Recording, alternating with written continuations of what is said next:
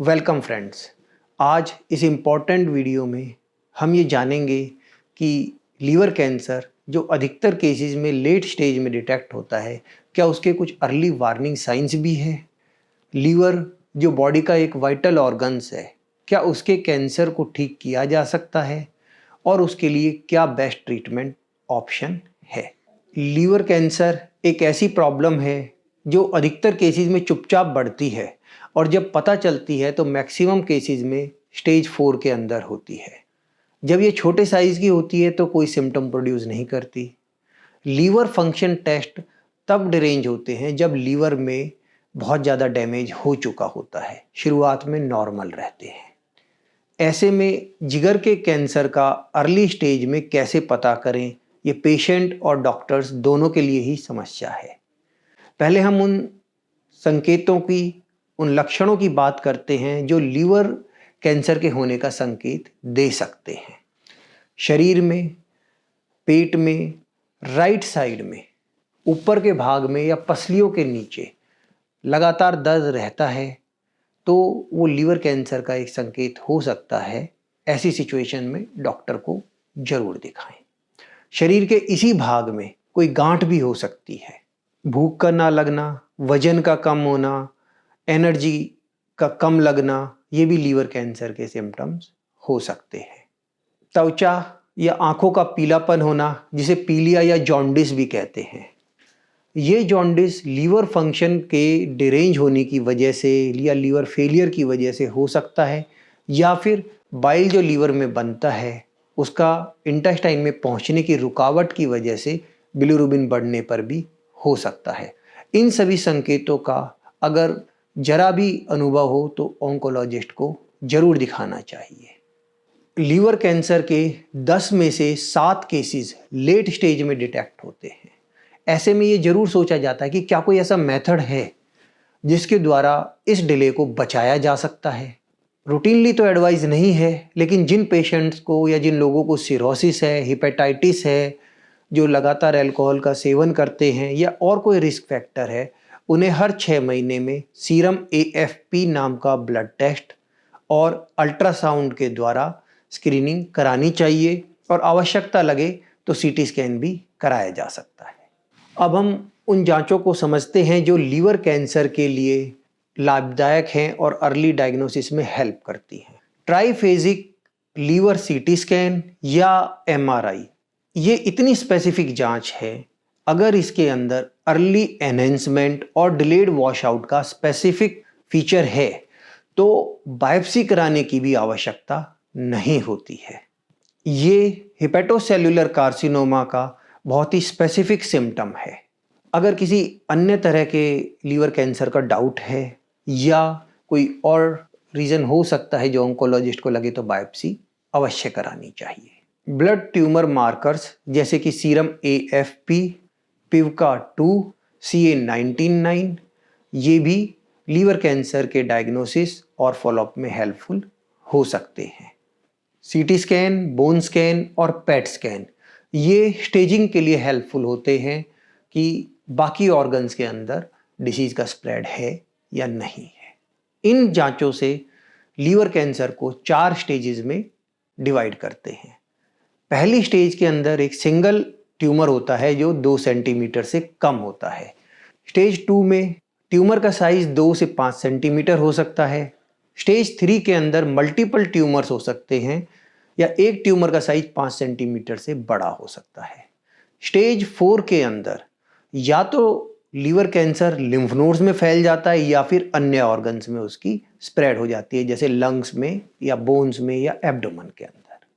ज़्यादातर लोग आपको यही कहते मिलेंगे कि लीवर कैंसर के अंदर सर्वाइवल बहुत पुअर है, लेकिन रीसेंट ट्रीटमेंट से लीवर कैंसर के अंदर एक सिग्निफिकेंट इम्प्रूवमेंट के साथ ट्रीटमेंट दिया जा सकता है। तो जानते हैं इन्हीं रीसेंट ट्रीटमेंट्स के बारे में। लेकिन ये ट्रीटमेंट इस बात पर निर्धारित की जाती हैं जिनमें है कि लीवर के अंदर ट्यूमर कितने एरियाज़ के अंदर है, 1 है, 2 है, 3 है या ज़्यादा हैं, राइट और लेफ्ट दोनों साइड के अंदर हैं, जो लीवर है उसका फंक्शन कैसा है, नॉर्मल है या नहीं है, तीसरा इस बात पर कि लीवर में सिरोसिस है या नहीं है, और चौथा इस बात पर कि बाकी ऑर्गन्स है उनका फंक्शन कैसा है, नॉर्मल है या उनमें कुछ डिरेंजमेंट है या ट्यूमर की स्प्रेड हो चुकी है। अगर लीवर कैंसर सिर्फ लीवर तक लिमिटेड है, मतलब स्टेज 1, 2 या 3 में है, तो सबसे इफेक्टिव ट्रीटमेंट ऑप्शन है सर्जिकल रिसेक्शन या ट्रांसप्लांट। ये दो तरह की सर्जरी लीवर कैंसर के केसेस में की जाती है।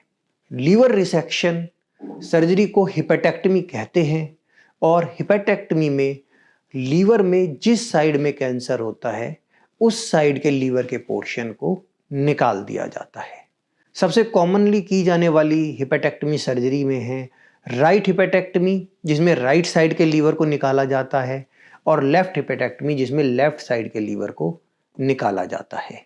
कुछ केसेस में जब डिसीज ज़्यादा हो तो राइट साइड में एक्सटेंडेड राइट हिपेटेक्टमी या लेफ्ट साइड में लेफ्ट एक्सटेंडेड हिपेटेक्टमी भी की जाती है।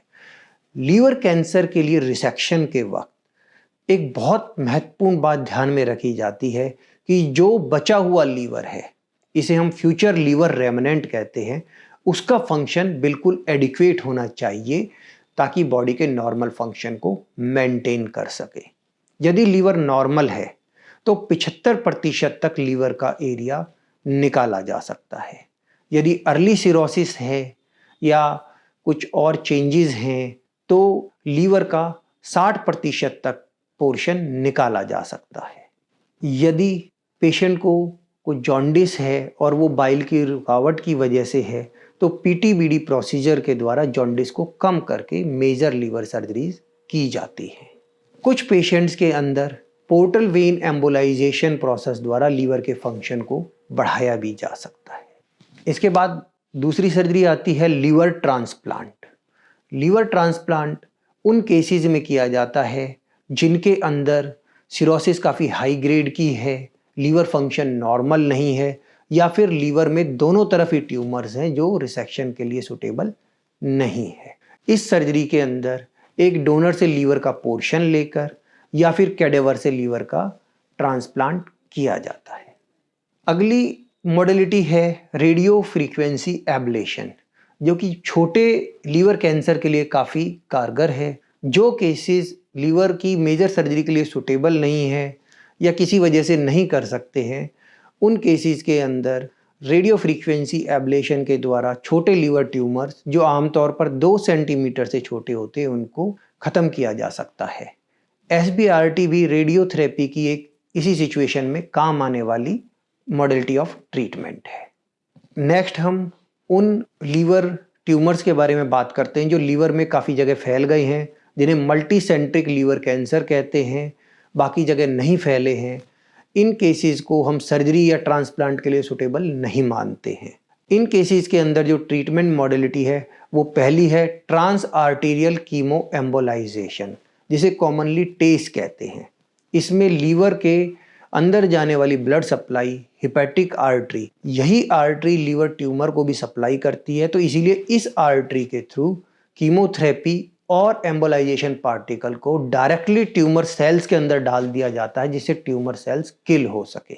दूसरी मॉडलिटी है ट्रांस आर्टेरियल रेडियो एम्बोलाइजेशन, जिसे टेयर कहते हैं। इसमें सेम ही तरीके के थ्रू कीमोथेरेपी की बजाय रेडियो एक्टिव मटेरियल जो कि कॉमनली यट्रियम 90 होता है उसके द्वारा हेपेटिक आर्टरी से ट्यूमर सेल्स को लीवर में किल करने के लिए यूज किया जाता है। दोनों ही मेथड्स को लगभग इक्वली ही इफेक्टिव माना जाता है, लेकिन जब लीवर की एक सप्लाई जिसे पोर्टल वेन कहते हैं उसमें अगर कोई ब्लॉकेज है या थ्रम्बस है, उस सिचुएशन में टेस की बजाय प्रीफर किया जाता है। जब लीवर कैंसर स्टेज 4 में होता है, लिम्फ नोड्स में फैल गया है या बाकी अन्य ऑर्गन्स में चला गया है, यहाँ समझने की बात यह भी है कि लीवर कैंसर के अंदर लिम्फ नोड्स को भी स्टेज 4 ही माना जाता है, जबकि बाकी ऑर्गन्स के अंदर अधिकतर केसेस में ये स्टेज 3 होता है। तो ऐसी सिचुएशन के अंदर या तो टैबलेट फॉर्म में टारगेटेड थेरेपी दी जाती है या इंजेक्शंस के थ्रू इम्यूनोथेरेपी दी जाती है जो सर्वाइवल को इंक्रीज करने में हेल्पफुल होती है। तो इस वीडियो के माध्यम से हमने जाना कि लीवर जैसे वाइटल ऑर्गन्स के कैंसर को भी इफ़ेक्टिवली ट्रीट किया जा सकता है, लेकिन एक बहुत इंपॉर्टेंट बात यह है कि उसके अर्ली स्टेज में डिटेक्ट करने के लिए डॉक्टर से परामर्श करते रहें, चाहे वो इन्वेस्टिगेशन की इनिशियल स्टेज में पकड़ में आए या ना आए तो भी बेशक से बार बार जाना पड़े तो भी डॉक्टर से सलाह लेनी ही है, ताकि हर कोशिश से इसको अर्ली स्टेज में डिटेक्ट करके एक अच्छी ट्रीटमेंट और अच्छा सर्वाइवल लिया जा सके।